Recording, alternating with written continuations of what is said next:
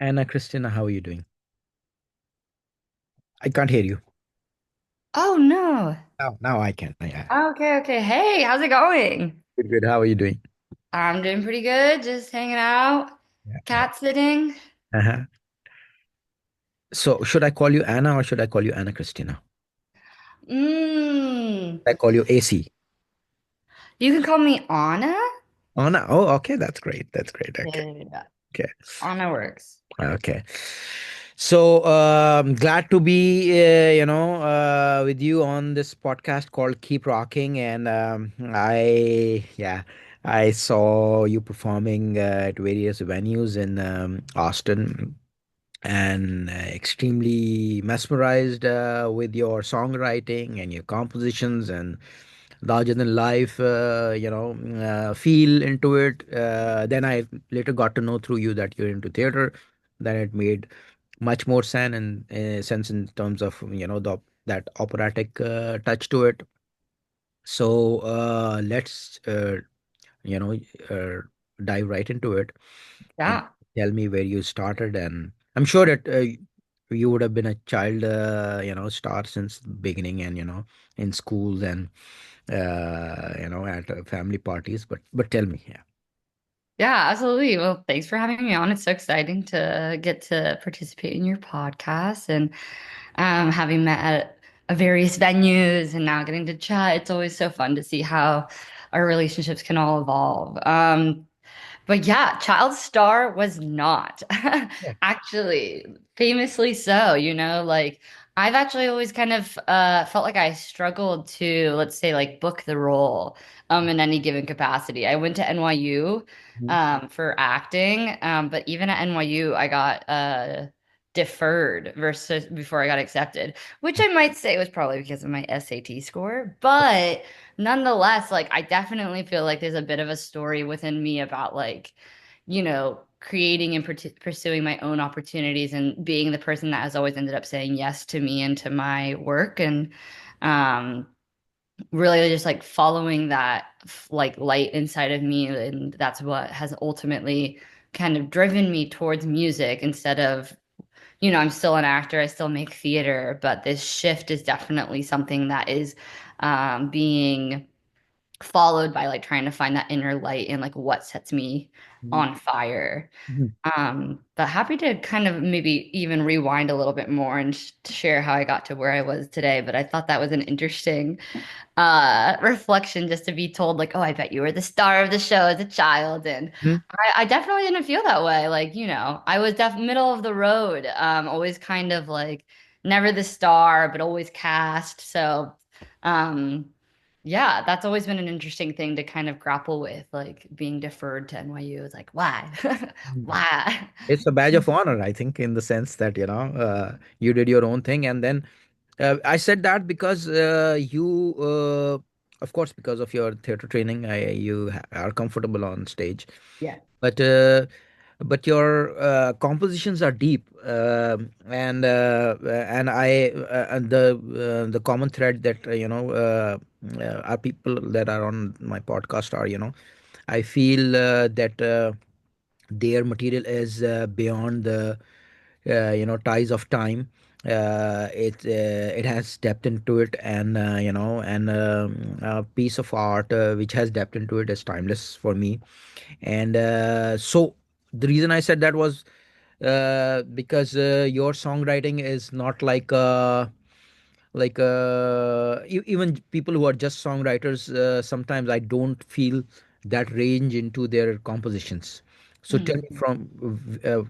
I mean, of course, that theatrical exposure definitely counts, but Yeah. in terms of the creative aspect and in chord structures, tell me that. Yeah, I mean, so I grew up as a classically trained pianist, and so Oh. I think that my ear was developed like primarily through that, and I I always played the piano ever since I was like a kid, and so and it was always score, or it was always like a piece that was like a classical piece or Beethoven or Bach.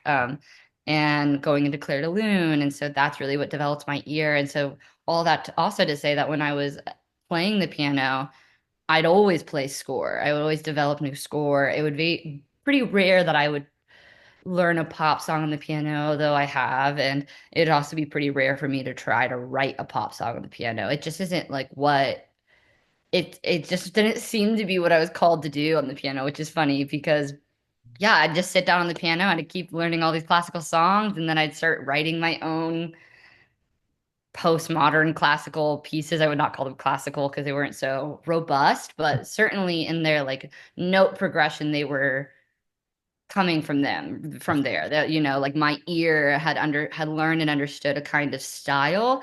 And so even if I wasn't able to like write at the level with all the notes that these classics had, I was definitely drawn to that, and I think that's what ended up making it into my guitar playing.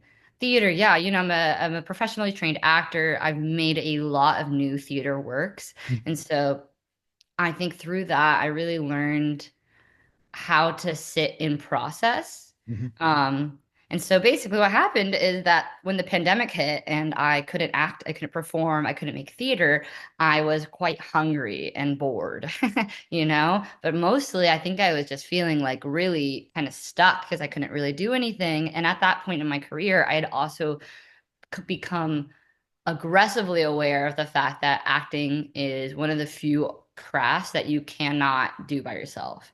And you can't even really you can't get better by yourself. And I was starting to feel really like frustrated with that, Mhm. and I had a guitar in my room. I also had a piano, but it was in my living room, and famously, we were all stuck inside, so I was not the only person in that house. And so the piano took up a little bit too much space, and the guitar was mobile. Mhm. So I started to learn the guitar. I had a friend who was a guitar teacher at the time, and so he gave me a discounted covered rate, and that's really where that journey began. Mhm. And when I picked up the guitar during COVID, I had also just received funds to write a play. And Okay. so I was writing my own play and I was like learning the guitar, Mhm. and I had written probably at least like 50 pages of this play, and I've started to get stuck. I was like, what else am I doing? Like, what is this play about?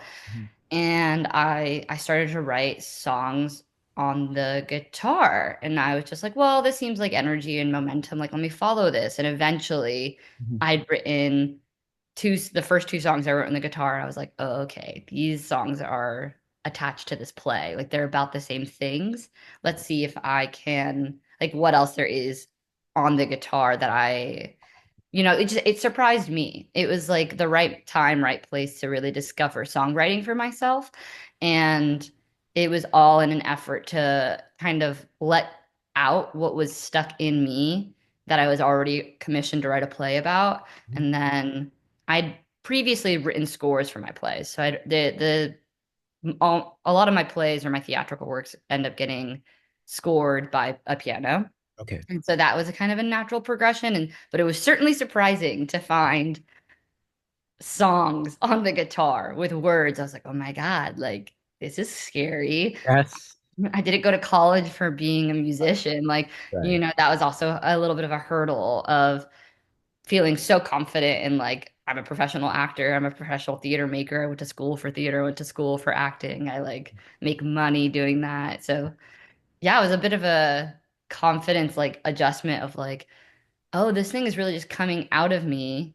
I'm surprised and I'm a little scared, but I think this is a song, and I think it's a song that needs to be in this play. And that's kind of how the song writing journey began, but certainly, influenced by the my classical upbringing, and that stuck with me. And I always thought music was a powerful tool to tell the audience, like subconsciously how to feel. And yeah.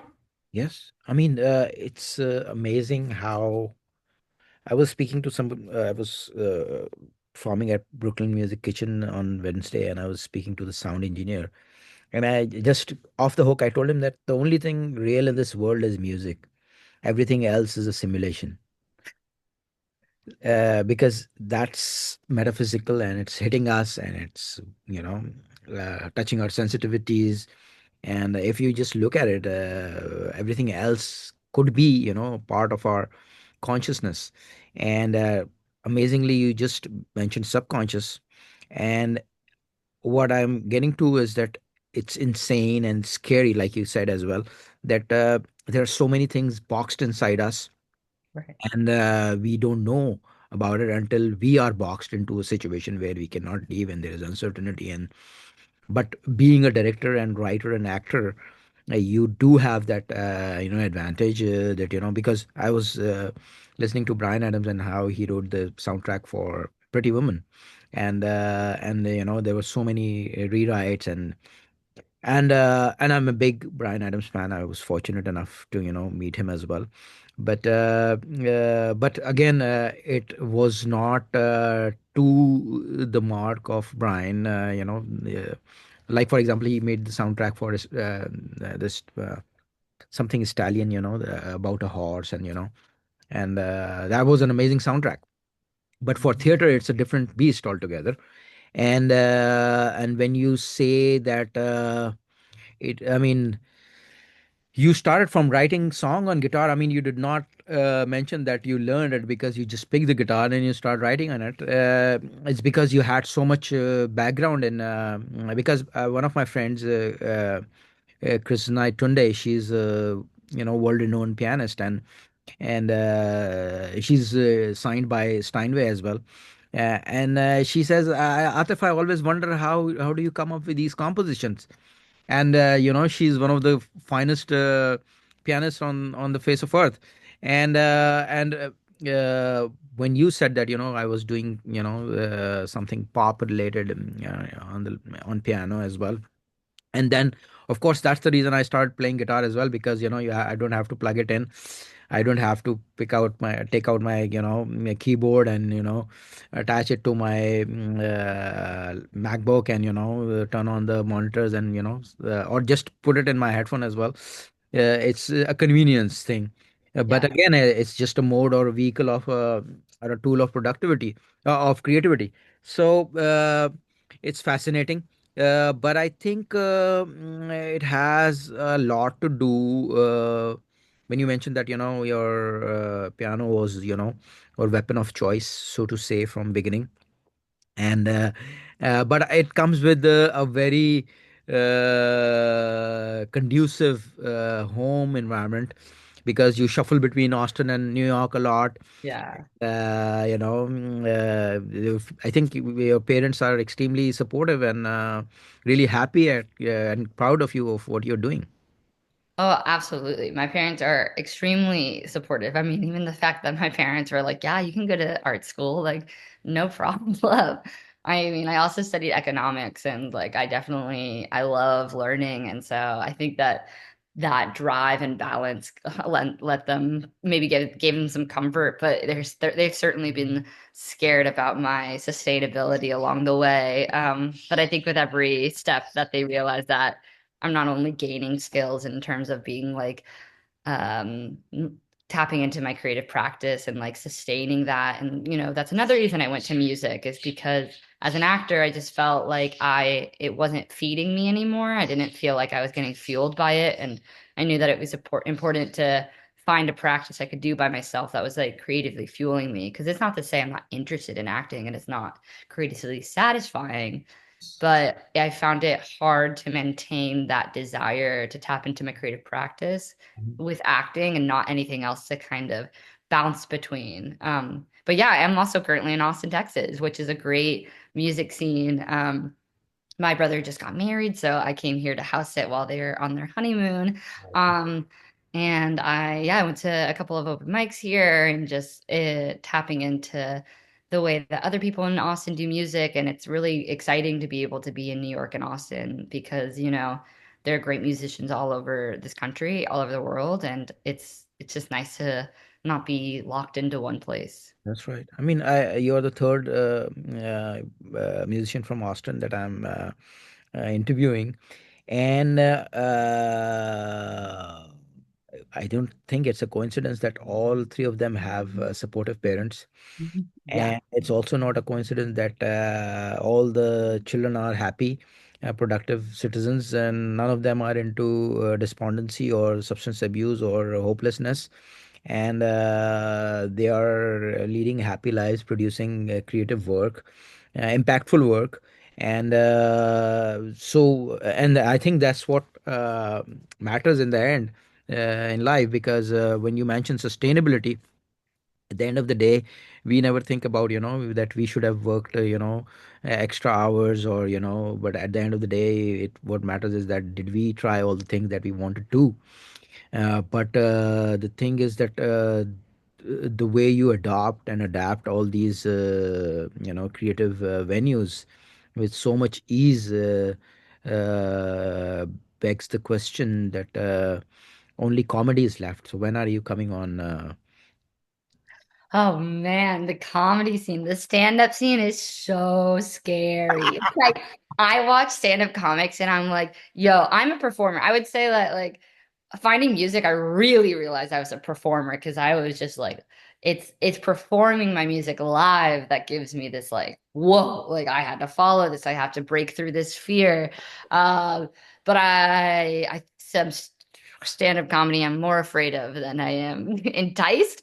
I would love to do it one day. Yeah, yeah, yeah, I've yeah. also I've been a clown, like I performed a bit as a clown before, and And you have improv background as well.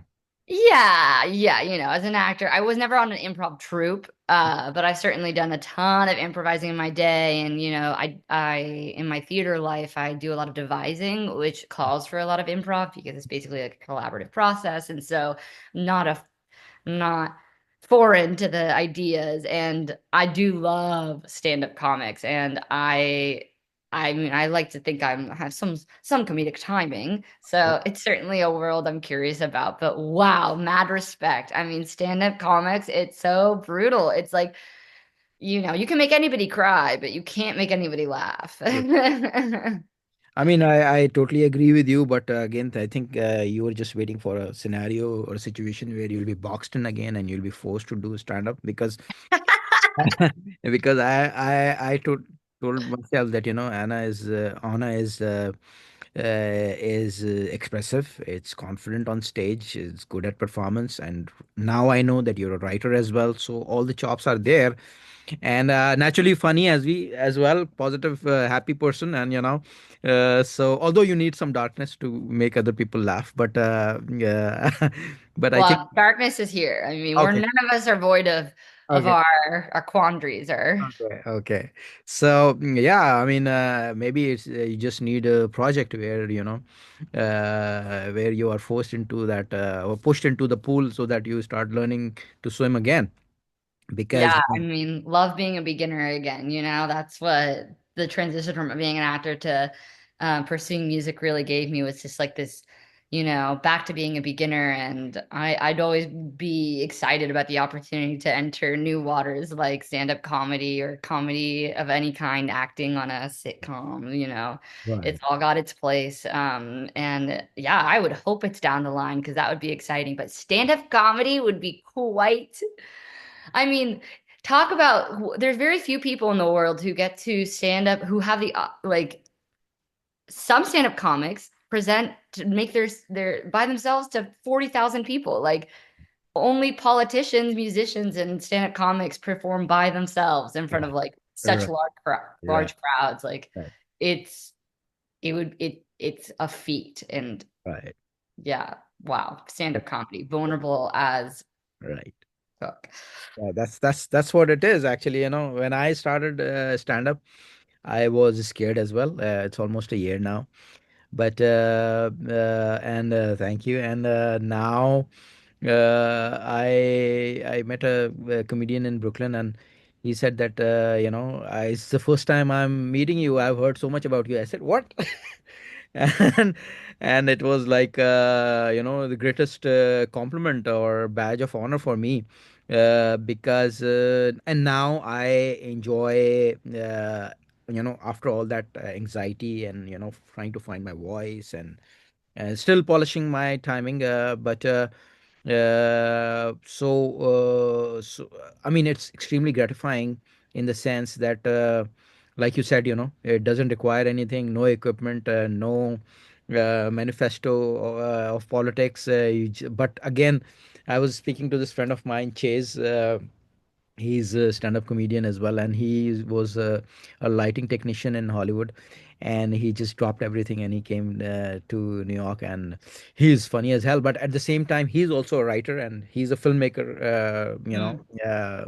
in terms of technical training. So it was easy for him to adapt to it, because at the end of the day, as a comedian, you just draw those the illustrate that picture with your words, and just create a scenario and a premise, and that, I mean, because comedy is one of those things that they teach you in acting or film or drama.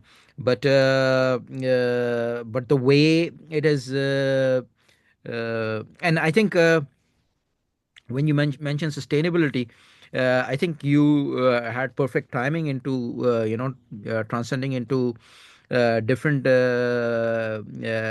areas, because you can see now that even the top paid film actors like Al Pacino is now doing TV, and things are changing in terms of video on demand platforms, and YouTube, and has rebooted everything, and even Tarantino is kind of in a panic mode when it comes to traditional filmmaking and cinemas.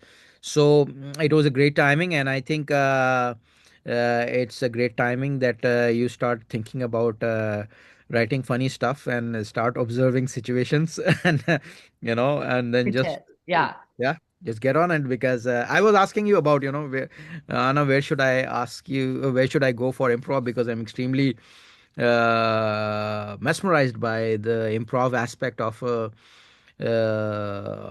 in comedy now as well. When it comes to crowd work, it's basically improv, and then I saw many Tina Fey and the Office cast doing improv on. I saw them on YouTube, and I so wanted to again because as an improv artist, you have to have some. I mean, it's good to have writing chops. They come handy in every part of your life. But in terms of ideas, and then being humorous, and then you can brush up your timing like crazy, in improv. So and you already have that being an actress. So yeah, I mean, I look forward to when you start, or somebody gave you an assignment, and then you can brush up your skills in that. Yeah. I mean, always open to all opportunities. I feel like sometimes I try to stay in one lane at a time. I feel like I've if I feel really like committed to the musicianship, but I'm never opposed to saying yes to something that comes my way. But I feel like right now my focus definitely kind of lies in this like one area.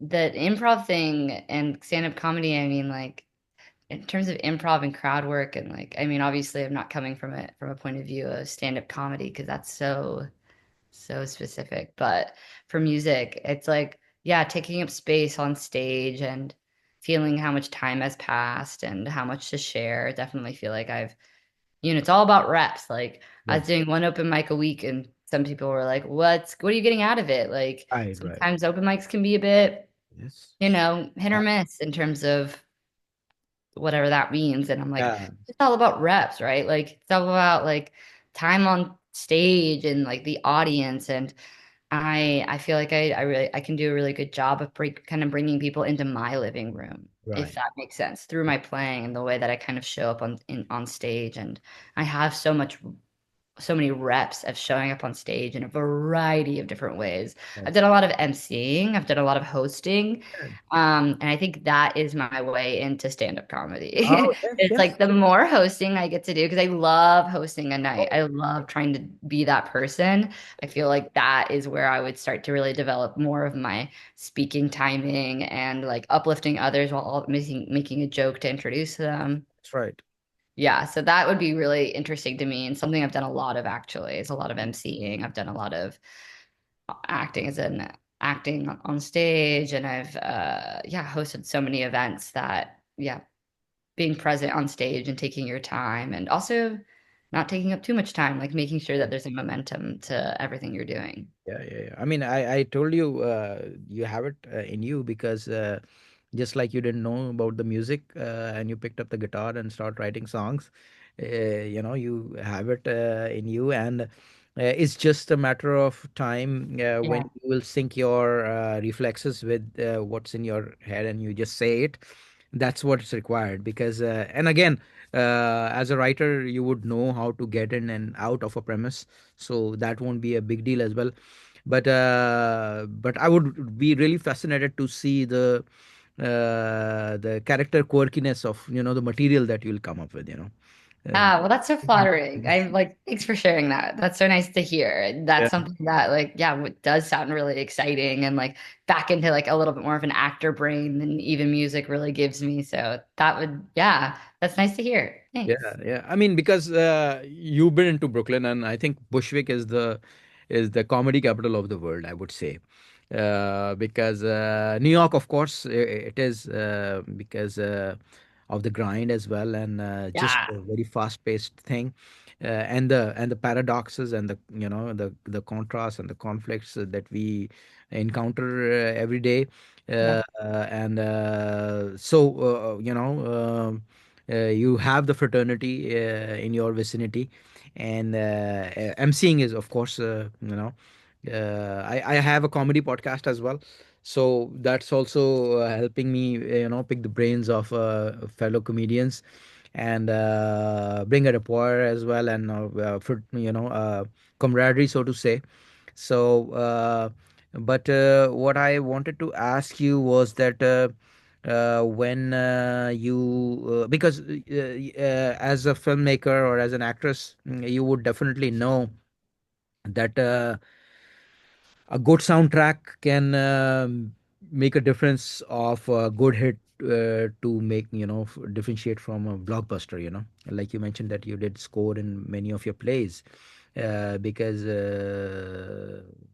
like I said, music is extremely metaphysical, and if you look at some of the greatest movies in the history, they all had good soundtracks. Yeah, I totally agree. I'm not sure exactly what your question is in My question here. is that sync that really matters because the thing is, thematically, you as a writer, you would understand when you're writing a play. Like for example, you mentioned that you wrote songs for your play. So, Right. so what is that synergy, or what is that sweet spot, or maybe a blind spot that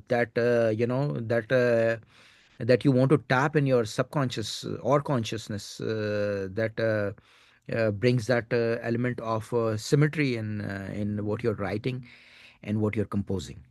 That's a very complex question. Yeah, I'm still trying to catch up and be on your level here. Does it make sense what I said? You're asking me how How do you I, tap that thematic link between the plot or the premise of a story of what you're writing, and connect it with the feel of the music? right. Okay. This is an interesting question. Because you have the classical training in piano, so Yeah, helps you understand. I something I've learned about myself in the creative process is that I get stifled by like a okay, let's say like a normal songs, like written songs, singer-songwriter songs. They tend to be like verse, chorus, bridge, Yes, outro, right, and they tend to rhyme right. sometimes, right? That to me at the beginning of a process of a creative journey can be super stifling, this like roadmap, because I find it challenging to build into a roadmap, which kind of brings me back to building a score for a piece that I'm writing.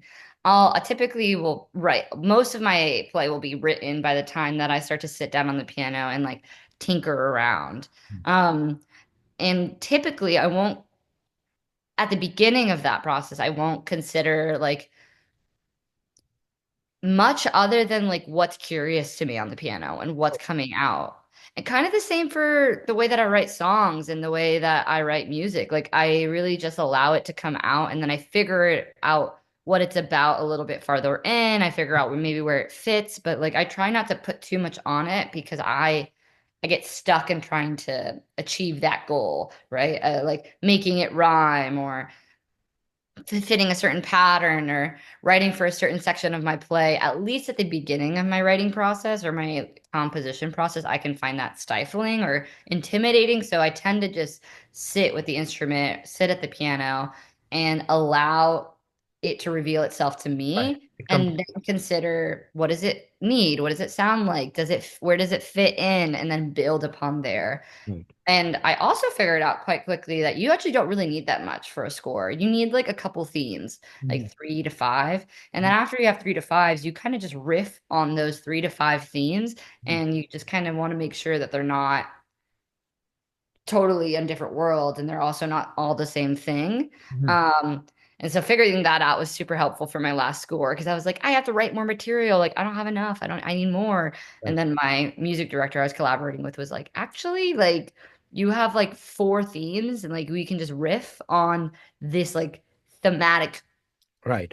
composition you've built. And I was like, oh, okay, Right. great. And Right. like sometimes I'll even record it and then I'll invert it in like the software so Mhm. it like plays backwards, but stuff like that where you can like get like very hypnotic with it and like a little surreal and like it sounds a bit strange, but Right. it's meant to. And but I guess that also comes back to the themes of the play that I know so vividly, right? Like the Ah, theme, the core question of the any play or movie, right, that I'm working on, like right. core question, Right. what the piece asking of the world to consider that they don't already know, um, drives the energy of the music. So that core question can really also lend itself to driving like the way the music sounds and what kind of energy it's bringing up, which is what revealed like, oh, I could just like reverse this in the audio and it's going to sound a bit weird or strange, but Right. the world of the piece is also strange. And so that made sense. Yeah. What is your zodiac sign?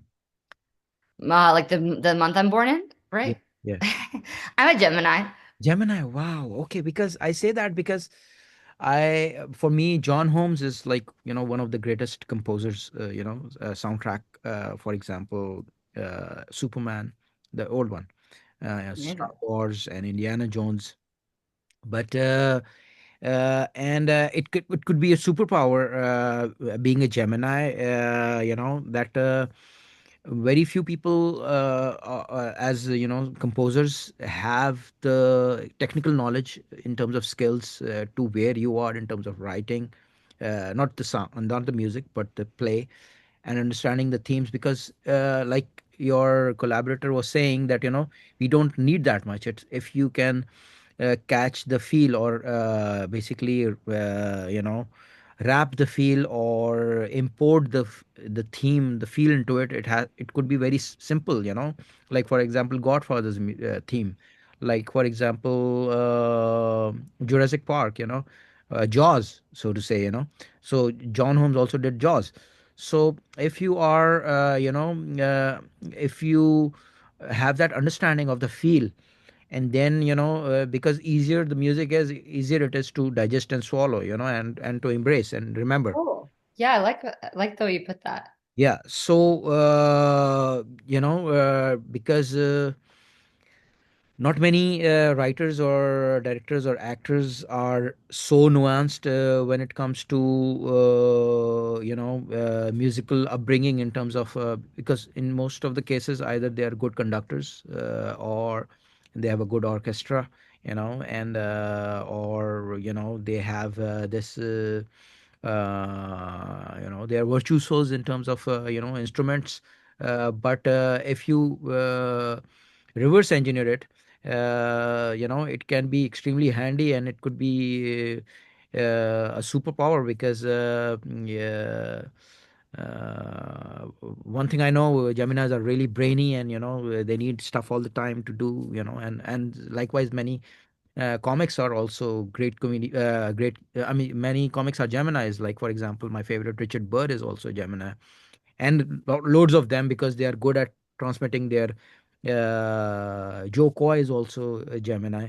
They are good at communicating their, what's in their brains, and so I think that could be a secret superpower because your adaptability is fast and doesn't look like, for example, when I started playing guitar, and of course, my also beginning in music is with piano, Hmm. in the first 5 years, I could barely strum, and when you Hmm. told me, and like, you share your stories in your sets as well, in open mics, how you started playing yeah, in 2020 because of being confined into, to your house.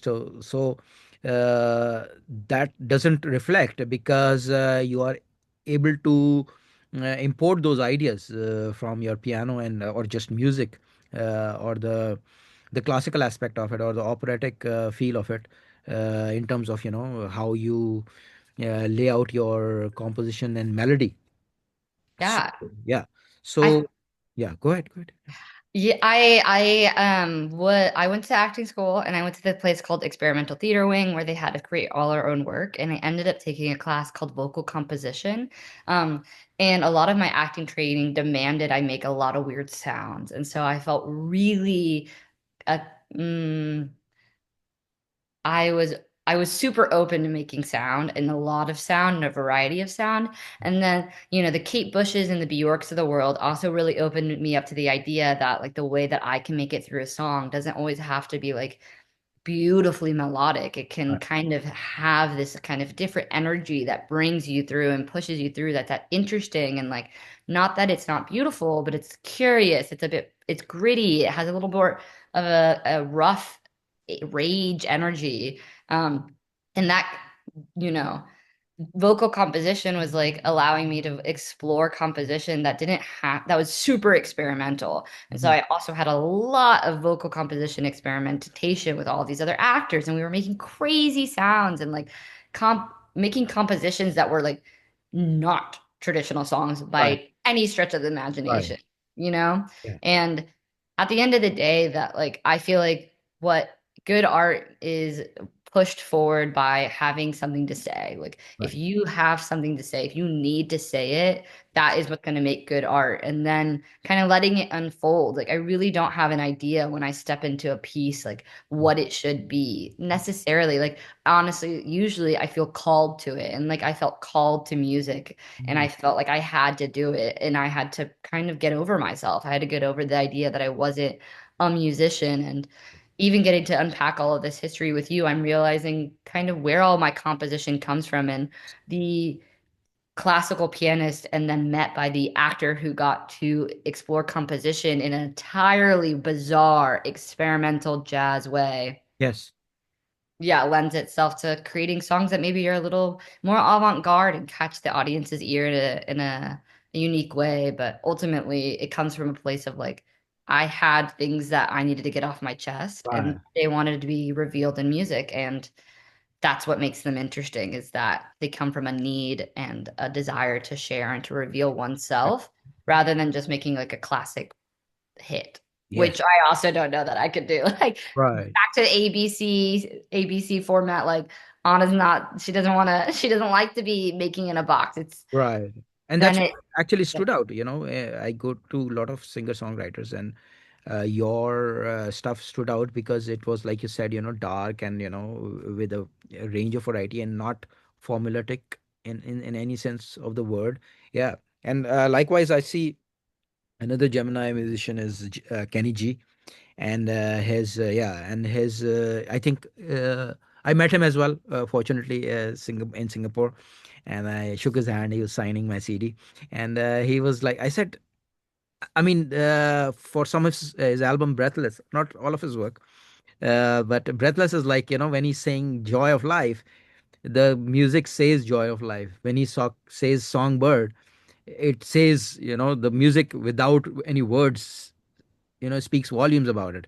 So like and I told him the exact word that you were saying about expression. I said, I think you are the most expressive musician alive, because like for example his song Homeland, in China they play that song, when in every